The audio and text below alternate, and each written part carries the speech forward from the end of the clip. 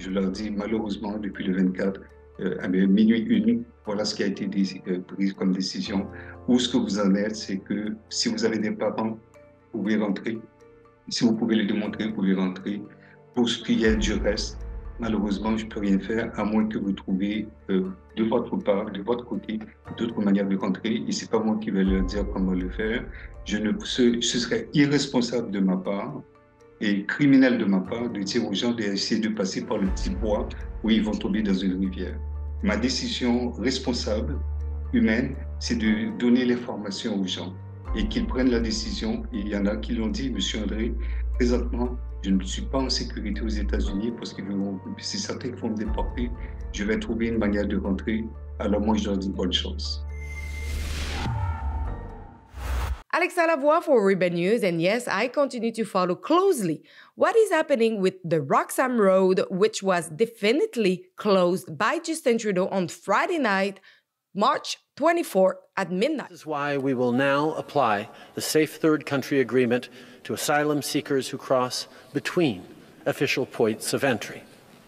After midnight tonight, police and border officers will enforce the agreement and return irregular border crossers to the closest port of entry with the United States. Roxham Road is a stretch of land where migrants arriving from the United States came illegally to Canada to seek asylum, since the Third Safe Country Agreement applies only to the legal port of entry. There at Roxham Road, migrants can reapply for refugee status without being deported to the United States, where they have already made the claim before. While investigating on site, I discovered a multitude of papers and documents. And on some of these papers, which were deliberately thrown at Roxham, several phone numbers were written. One of the numbers had an area code of Montreal, 514. I phoned and I spoke with a man who had crossed illegally in 2017. En fait, votre numéro a été transporté par quelqu'un qui est rentré illégalement au Canada. Oui. Est-ce que c'est votre ami? Est-ce que c'est quelqu'un de votre famille? Oui, quelqu'un de ma famille. Vous, est-ce que vous êtes rentré illégalement au Canada par Roxham? Oui. Ça fait combien de temps? En 2017. Oh, ça fait longtemps? Oui. Vous venez d'Haïti ou vous venez de quel pays? D'Haïti. Et comment vous aviez su que c'était possible de passer par Roxham? Sur les réseaux sociaux. J'étais rentré illégal aussi. Mais par un autre chemin, c'est ça? Oui. Et vous aviez été intercepté à ce moment-là? Ouais, quand j'ai rentré là-bas, il m'avait dit, si je rentre illégalement, je vais en état d'arrestation. J'étais en famille, moi. J'étais avec ma femme et ma fille. J'habitais aux États-Unis. À cause de Donald Trump, il s'est fait déporter plusieurs personnes. J'ai dit, OK, un peu comme ça, je voulais pas rester là-dedans. Je voulais pas aller au rendez-vous après pour qu'il me fasse déporter ou retourner dans mon pays. Parce que mon pays, il n'y en a pas de travail, il y a chômage tout le temps. J'ai obligé de rentrer dans un autre pays pour essayer de faire le meilleur. Et la personne, justement, là, qui avait votre numéro, qui est passée la semaine dernière, est-ce qu'elle arrivait de où exactement? Les États-Unis aussi. Et c'est à cause de lui, en fait, que j'ai rentré ici. C'est mon petit frère. C'est votre petit frère? Ouais, il était rentré aussi illégalement les États-Unis. Les États-Unis, ils ont laissé passer ma femme et ma fille. Mais lui, à cause il n'a pas d'enfant, il se fait déporter pour Haïti. Ça, c'est quand vous aviez passé à la frontière mexicaine et El Paso? Oui, il était passé à la frontière Mexique pour rentrer les États-Unis. C'est là il s'est fait déporter. Puis moi et ma femme, on s'est pas dit, OK, c'est pas normal. Puis on a d'autres amis qui avaient rendez-vous à l'immigration. Puis il s'est fait déporter aussi. J'ai dit, OK, j'avais rendez-vous pour aller à l'immigration. J'ai dit, OK. Je vais pas aller à la rendez-vous. C'est mieux que je cherche un autre pays pour que je immigre. C'est là qu'on a décidé de rentrer au Canada. The man in question who agreed to give me an interview did retract himself. But the man who assisted him in his immigration process, Franz Andre, and who helped several other people immigrate to Canada, agreed to give me his version of the fact. Franz Andre has been a member of the Committee for the Action of Non-Status Persons since 2015. This human rights activist, Rob Schroeder, received and campaigned on the ground for asylum seekers who need to be accompanied in their immigration process. Alors, le Canada a signé ce qu'on appelle la Convention de Genève, et faite en 1951 suite à la Deuxième Guerre mondiale, où les gens qui ont fui leur pays à cause de la guerre allaient se réfugier ailleurs. À la fin de la guerre, il y avait une crainte que les pays où les gens ont été se réfugier les retournent dans un environnement qui peut être encore, en 1951, 6 ans plus tard, être néfaste. Et les États-Unis le sont aussi signataires, et plusieurs pays, on parle de plus de 165 pays ou 128 pays. Nous avons une obligation, en tant que signataires de cette convention, de donner une opportunité à des gens qui se disent naturellement menacés et que leur vie est menacée. On doit leur donner l'opportunité de venir chez nous et de demander protection. Ils auront à passer par un système extrêmement rigoureux, et il y aura un Canadien, n'est-ce pas, un Canadien qui va décider, un juge ou bien ce qu'on appelle en fait le vrai mot, c'est commissaire, qui aura à se pencher et prendre une décision que oui ou non, ils sont recevables. Ce qui est arrivé dernièrement, c'est qu'on a décidé de fermer le chemin Roxham. Monsieur Trudeau est tombé sous la pression de Monsieur Legault et de Joe Biden. Et pour quelle raison?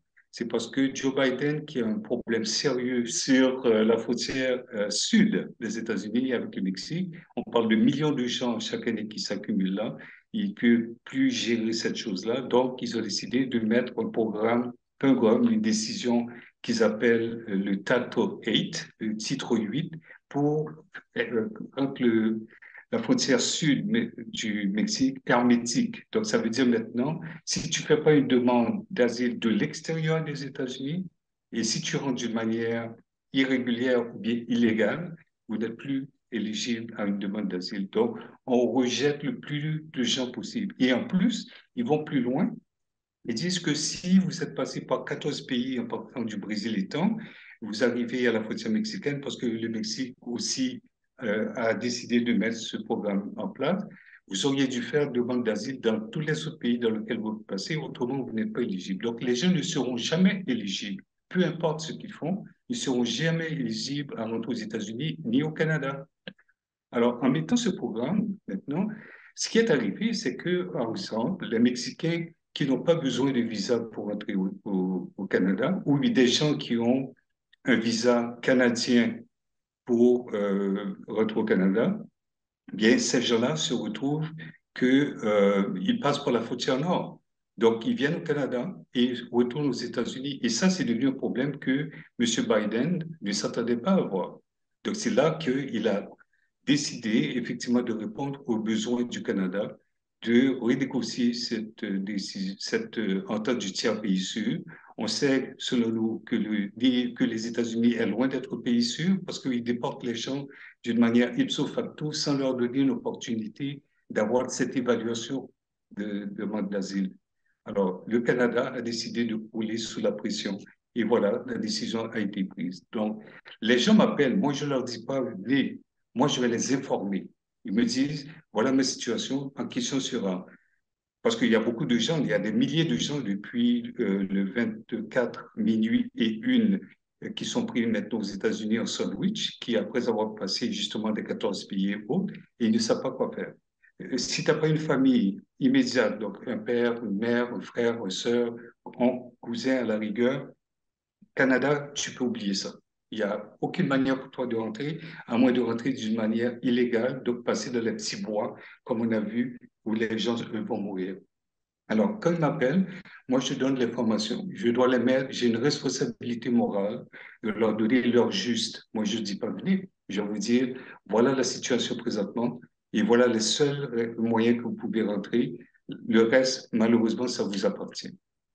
Alors, je reçois effectivement des appels autant des États-Unis, des gens déjà aux États-Unis, ça peut être aussi des gens au Mexique, ça peut être des gens au Chili ou au Brésil, qui sont déjà dans le cheminement d'arriver ici parce que leur objectif était d'arriver et atteindre le rêve canadien, un rêve canadien qui était tellement plus généreux au niveau de l'humanité que le rêve américain. Le rêve américain, ça fait maintenant des décennies que ça n'existe plus.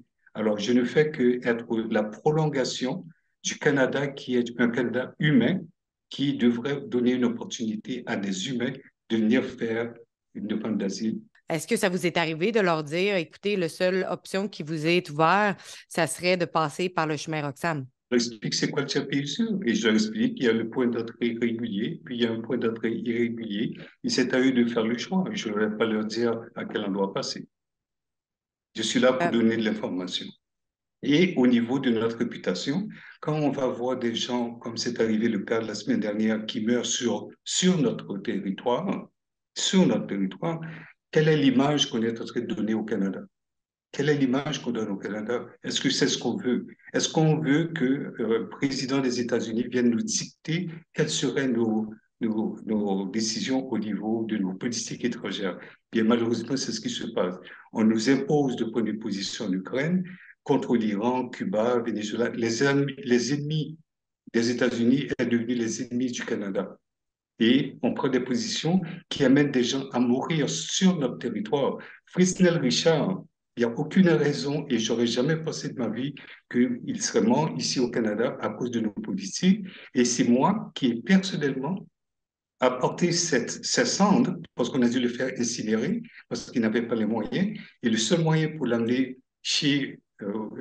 à sa femme qui était déjà aux États-Unis, c'était de le faire incinérer et de traîner ces cendres dans ma valise. J'ai ressenti que c'était comme un corbillard. J'avais un corbillard entre les mains et je le prenais dans l'avion, l'amener, etc. Il n'y a aucune raison que ça devrait arriver, madame. Il n'y a aucune raison. Nous avons des politiques, nous avons signé une convention de Genève, on devrait les respecter. Autrement, sortons de la convention de Genève, arrêtons l'hypocrisie en mettant le tiers pays sûr, tout simplement retirons-nous de la convention de Genève, puis à partir de maintenant, il n'y a personne qui rentre au Canada si ce n'est pas une permission qu'on leur donne. Est-ce que vous pensez que ça va continuer, que les gens vont rentrer illégalement au pays par d'autres points d'accès? Pensez-vous que le fait qu'il faut attendre 14 jours à l'intérieur du pays pour faire un appel contre la décision, pensez-vous que les gens vont se cacher pendant ces 2 semaines-là et ensuite de ça, demander leur demande d'asile? Qu'est-ce que vous pensez qui va se passer? Parce que comment pouvez-vous démontrer que ça fait 14 jours que vous êtes ici au Canada? Le 14 jours a été mis là pour disqualifier tout le monde. Parce qu'il y a pratiquement impossibilité pour quelqu'un de montrer que ça fait 14 jours. Alors, ce qu'ils vont faire, ils vont rester dans le noir, ils vont être cachés quelque part, ils vont travailler au noir, à se faire exploiter, abuser, et puis en espérant peut-être qu'un programme qui va être mis en place éventuellement, où ils vont être acceptés.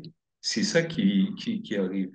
Parce que maintenant que vous n'êtes pas répertorié, parce qu'au moins, chez Roxham, vous arriviez, on prenait un morceau de papier, on mettait votre nom, on vous disait qui vous êtes, on prenait des photos, on vous envoyait quelque part, on savait où vous étiez. Donc, vous n'êtes pas illégal, vous êtes dans une situation irrégulière jusqu'à ce qu'on évalue votre demande et on vous refuse ou on accepte. Mais maintenant, vous allez être des personnes dans l'illégalité et comment vous allez pouvoir refaire surface pour être dans une situation irrégulière après 14 jours? Il va falloir que quelqu'un me le dise, mais je ne vois pas. La Convention de Genève donne 5 catégories. Okay? Et ça, c'était en 1951. La réalité en 1951 était loin d'être ce qu'elle est aujourd'hui au niveau global dans la crise migratoire. Il y a 5 raisons pour lesquelles vous pouvez faire demande. C'est sur la question politique, effectivement, persécution politique, la question de race, la question de classe, donc les gens de la bourgeoisie et puis ceux qui ne sont pas, ceux qui mangent à tous les jours et l'autre qui ne mange pas tous les jours, la question de religion, donc ça peut être des conflits comme on l'a vu au Rwanda, les Tutsis, etc. Et finalement la question de genre, donc l'orientation sexuelle. Donc c'est les 5 raisons de base qui peuvent être, on peut faire une demande d'asile. Oui, la question économique est certainement probablement une des plus grandes raisons que les gens quittent pour venir ici. Demandez aux avocats d'immigration s'ils veulent prendre des dossiers de demande d'asile. Beaucoup ne veulent plus en prendre. Alors, on se retrouve avec une rareté d'avocats qui fait que le système est encore plus alourdi et maintenant, on a beaucoup plus de refus. Donc, arrangeons le système. Il y a des solutions, mais ils ne veulent pas les exploiter. Ils ne veulent pas le regarder. As you can see, we are following what is happening with the Roxham Road closure, but also what is surround the illegal immigration in Canada. If you want to help us to offset our travel expense and everything that surround our journalism, you can do so at our website that is roxhamroadexposed.com.